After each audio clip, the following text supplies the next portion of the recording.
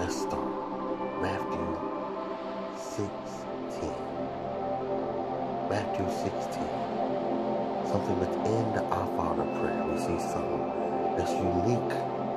And it says, your kingdom come, your will be done.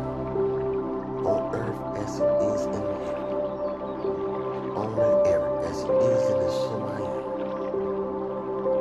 Why do it say this? What was given to the earth? Understand something. One thing that I'm going to give you today was given to the earth. I'm going to let you know today that was given to the earth. And this is what it is. Go to Exodus 25:31. It says, and there shall be 6 branches going out of its side, 3 branches of the lampstand out of one side, and and 3 branches of the lampstand out of the other side of it. Now, we see that in Exodus. What is the significance of this? We're going to bring it all the way around. Let's go to Isaiah 11:1-2. Let's read. It says,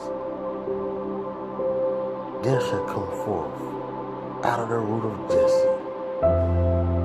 It says that a branch. It's a branch.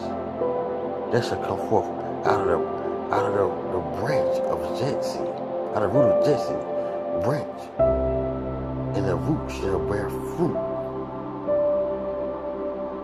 And listen, the root shall bear fruit. What fruit out of the root of Jesse is it going to bear? Let's read verse 2. It says, and the Spirit of the Lord shall rest upon him. It says, the Spirit of wisdom and understanding, the Spirit of counsel and might, the Spirit of knowledge and the fear of the Lord. That's what it says. So, why is it saying this? Where is it coming from? Let's read. We can go to Revelations 4:5. And it says, from the throne come flashing of lightning and rumbling as in hurls of thunder. And before the throne were 7 torches of fire, which are the 7 spirits of the Most High. Now we see where it come from. These 7 spirits, not only on earth, but also, see, he was trying to create a thing. Trying to create it. Let's keep going. Now we got to understand, what was that root that we was looking at? What is that that's carried on that root that we was looking at out of the stem of Jesse? Let's go to Revelations 1:12-13. It says, and I turned to see the voice that was speaking to me. And on turning I saw 7 golden lampstands, and in the midst of the lampstands, one like the Son of Man, clothed with a long robe, and with a golden slash around his chest. Hold on, we talking about who? In the middle. What is this replication? What are we looking at? And now when we see certain things going on inside, see, now we say, well, hold on, what is it? What are you saying here? When we see this menorah, when we see this lampstand, the one that was inside the temple that lasted 7 days, when they needed the oil, the last 7 days, what was the 7 days for? What was they doing? Why was it going on? And why is we carrying on in this way with this light? That's because if the Most High is, he don't just want it in the air. He just don't want it in the earth. But he wanted it in unity. See, I tell you, if every spirit among you be well, you will only prosper. See, you have, it said, be full of the spirits of the Most High. And let them rise up with the Son of Man in you also. Let them live in you.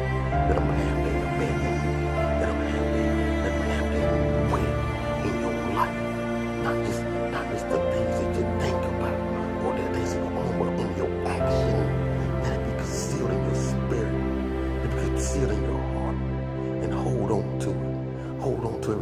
think about righteousness, when you think about wisdom, knowledge, understanding, when you think about those things, when you conduct yourself with the people, the fear of the Lord should come and say, I can't just be this way. I must be righteous. And now we see a thing. What happened with Christ? Let's go. What happened with Christ when you see him do a certain thing? It said, let's go to John 10. John 10, 22 through 23. And it says, at that time of the Feast of Dedication took place in Jerusalem. It said it was winter. And Jesus was walking in the temple in the crusade of Solomon. See, I'm going to tell you something. Let's read something else. You see right there, he was walking in the temple. But see right here, we go to John 2, 3 through 6. It says the Passover of the Jews was at hand. And it says, and Jesus walked up to Jerusalem. It says, in the temple he found those who were selling ox and sheep and pigeons, and the money changers were sitting there. It says, and he made a whip out of cord and drove them out the temple. It's oh wait, he did what now? He drove them out the temple after making a whip and a cord. That's hold on. Now over here we go back to John. He said at the Feast of Dedication. It says at that time, the Feast of Dedication. It says at Jerusalem once again. It said it was winter and Jesus was walking through. He didn't grab no cord. We can see on the Feast of Dedication, it's a particular thing that they are celebrating. They ain't celebrating just anything. We talk about something from the beginning. Something from the foundation. Something that's settled in the Shemayim instead of settled in the heavens. So you gotta understand the power of the light that's within you. Grow, be strong, be mighty, use your light. I say if every spirit among you is well, you will only prosper. That means where is death? Where is death? Now I'm be honest. Where is cancer? Where is all time? Only wicked spirits will destruction.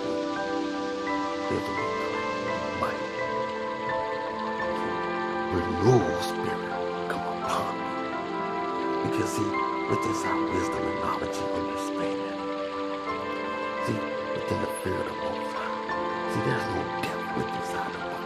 And when you become a part of the body, it says, he's how you, if he's a tree and you're the branches. What flows through him shall flow through you.